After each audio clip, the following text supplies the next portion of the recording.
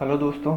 Last video में हमने ये देखा था कि हम सी शार्प में मेन्यूज़ कैसे क्रिएट करते हैं। एक मेन्यू स्ट्रिप हमने लिया, उसमें हमने मेन्यू आइटम्स ऐड किए।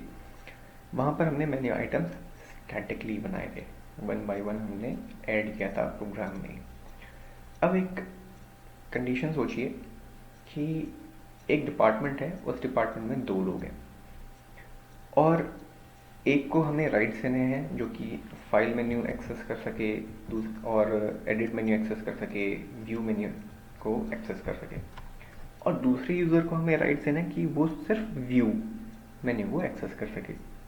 तो उस केस में जो हमने लास्ट वीडियो में देखा कि हमने स्टैटिकली डिफाइन कर दिए थे मेन्यू आइटम्स, वो कंडीशन में हम फंस जाते हैं क्योंकि सबको ही फिर राइट्स मिल जाएंगे फाइल, एडिट और व्यू के। तो ऐसे केसेस के लिए हम क्या करते हैं कि एक जो मेन्यू आइटम्स हैं वो डेटाबेस से फैच कराते हैं और यूज़र को हम उसमें राइट्स डिफाइन कर सकते हैं। तो सबसे पहला स्टेप हमारा मेन्यू आइटम्स क्रिएट करना है। तो हम मेन्यू आइटम कैसे क्रिएट, जो मेन्यू के जो आइटम्स हैं वो डेटाबेस में हम कैसे क्रिएट करेंगे। तो सबसे पहले हम एक टेबल बनाएंगे। हमने टेबल बनाई है मेन मेन्यू के नाम से। मेन मेन्यू अभी मैं इसलिए रख रहा हूँ क्योंकि ये भी हो सकता है कि एक मेन्यू के सब मेन्यूज़ हों। तो अभी फ़िलहाल हम इसका नाम मेन मेन्यू रख रहे हैं। उसमें मैंने ये कॉलम्स जो हैं वो क्रिएट किए हैं। आईडी है, इंटीजर डेटा टाइप इसका, मेन्यू कोड है, इंटीजर इसका डेटा टाइप है, मेन्यू नेम है, ये एन वैकर इसका डेटा टाइप है। आईडी जो है एक ऑटो जनरेटेड नंबर होगा, वन बाय वन ये अपने आप ऐड होता जाएगा।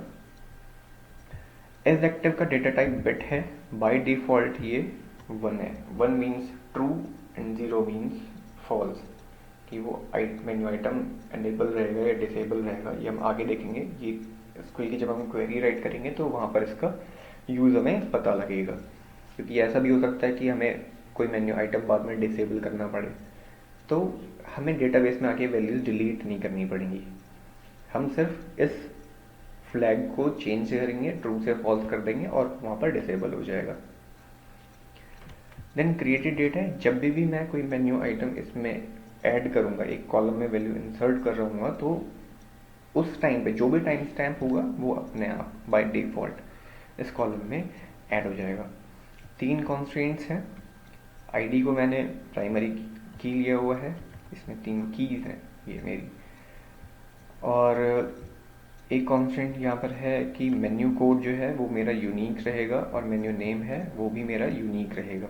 यूनिक इसलिए कि ऐसा ना हो कि एक ही मेन्यू आइटम का कोड और नेम जनरेट हो गए 2 बार, तो ऐसा नहीं होना चाहिए। तो इसलिए हमने इसको यूनिक रखा हुआ है। डेटाबेस मैंने सेलेक्ट किया यहाँ पे बिट कोड्स, और इसको मैं एग्जीक्यूट करता हूँ। F5 प्रेस करके भी हम इसको एग्जीक्यूट कर सकते थे। अब ये एक टेबल यहाँ पे क्रिएट हो गई। इसको मैं रिफ्रेश करूँगा तो वो टेबल को मैं देख पाऊँगा।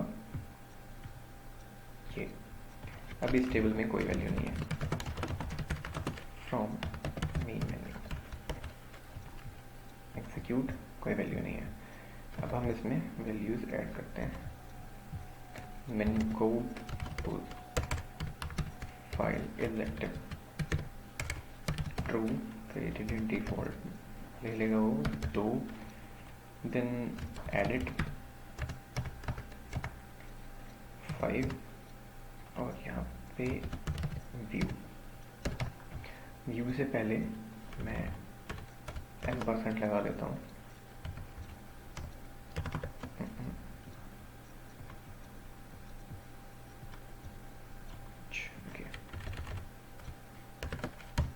ये M%, इस M% का क्या यूज़ है, जब हम मेन्यू आइटम्स को बाइंड कराएंगे मेन्यू स्ट्रिप में तब हम देखेंगे कि M% हमने क्यों लिया। ये बेटर तरीके से तभी समझ में आ पाएगा, अच्छे तरीके से हम तभी इसको समझ पाएंगे। अभी हम देखते हैं कि वैल्यूज़ ऐड हो गई। यस, देखिए 1 2 3 ये आईडी जो एक एक इंक्रीज़ होनी थी ये बिल्कुल सही काम कर रहा है। एक एक इंक्रीज़ हो रहा है, एक एक नंबर इसमें ऐड होता जा रहा है आईडी में। मेन्यू कोड जो भी मैंने मेन्यू कोड दिए और menu names is active by default true था, इसलिए क्योंकि कहीं पर मैंने फॉल्स डिफाइन नहीं किया, फॉल्स नहीं बोला था कि फॉल्स हो जाए कोई वैल्यू, इसलिए यहाँ पर फॉल्स नहीं है। और ये क्रिएटेड डेट, यानी कि डेट ये है और ये हमारा टाइम स्टैम्प। अब हम एक C# में प्रोजेक्ट क्रिएट करते हैं, एक न्यू प्रोजेक्ट लेते हैं और मेन्यू से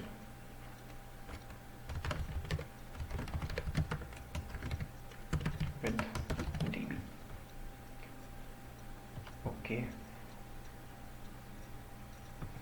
ये हमारा बेसिक फॉर्म क्रिएटेड है। यहाँ पे हमारा फॉर्म फुल, इसमें सबसे पहले हम एक मेन्यू आइटम ऐड करेंगे। या तो मैं यहाँ से ऐड कर लूँ या फिर इसको मैं सर्च करूँगा।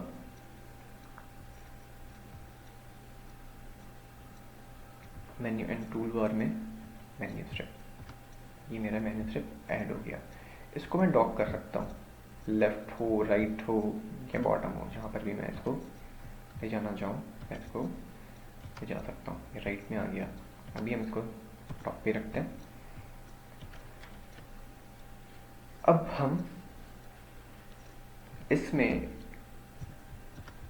कोड पर जाएंगे, राइट क्लिक करेंगे फॉर्म पे, कोड पर जाएंगे और यहाँ पे हम इसका कोड राइट करेंगे कि हमें वैल्यूज़ कहाँ से कैसे बाइंड करानी है। जैसे कि मैं एक पब्लिक वॉइड, सॉरी मैं क्लास से बाहर लगा रहे थे, public void menu item, main menu item, क्योंकि ऐसा भी लगता है कि बाद हम इसी में ही सब मेन्यूज को ऐड कराएं। अब क्योंकि मुझे वैल्यूज डेटाबेस से बाइंड करानी है तो मुझे बताना भी पड़ेगा कि वो डेटाबेस कहाँ है, कौन सा है। तो सबसे पहले यूजिंग system.data.sql client, ये नेम स्पेस में ऐड करूँगा इसमें, ठीक है। और हम एक कनेक्शन बनाएंगे हमारे डेटाबेस से। हमें बताना होगा अपने प्रोग्राम को कि किस डेटाबेस से इसको कनेक्ट होना है। इसके दो तरीके हैं। पहला कि हम सर्वर एक्सप्लोरर में जाएं और यहाँ पर कनेक्ट टू डेटाबेस पे हम क्लिक करें। यहाँ पर एक लिस्ट आएगी डेटा सोर्सेज की, टाइप्स क्या हो सकते हैं डेटा सोर्स के। हम माइक्रोसॉफ्ट एसक्यूएल सर्वर सेलेक्ट करेंगे क्योंकि हमने जो डेटाबेस बनाया अपना माइक्रोसॉफ्ट एसक्यूएल सर्वर पे बनाया और हम उसे यूज़ करें।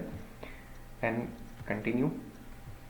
अब यहाँ पे हम सर्वर का नाम टाइप करेंगे या फिर हम उसे, जब हम इस यहाँ पर एक ड्रॉप डाउन मेन्यू आएगी उसमें से भी हम इसको सिलेक्ट कर सकते हैं। अभी ये एम्प्टी है, कोई बात नहीं, but file connect object explorer, ये मेरा सर्वर का नाम है। यहाँ से भी मैं ले सकता हूँ। इसको मैं पेस्ट करता हूँ और मेरा डेटाबेस की लिस्ट रिफ्रेश हो जाएगी। And I am selecting bit codes. Test करते हैं इस कनेक्शन को, ये सक्सेसफुल है। ओके, अभी आप एडवांस पे जब क्लिक करेंगे तो देखिए ये इसकी प्रॉपर्टीज़ हैं, सारी प्रॉपर्टीज़ यहाँ पर इसकी हैं। इसको मैं यहाँ से कॉपी कर सकता हूँ। ये मेरा कनेक्शन स्ट्रिंग है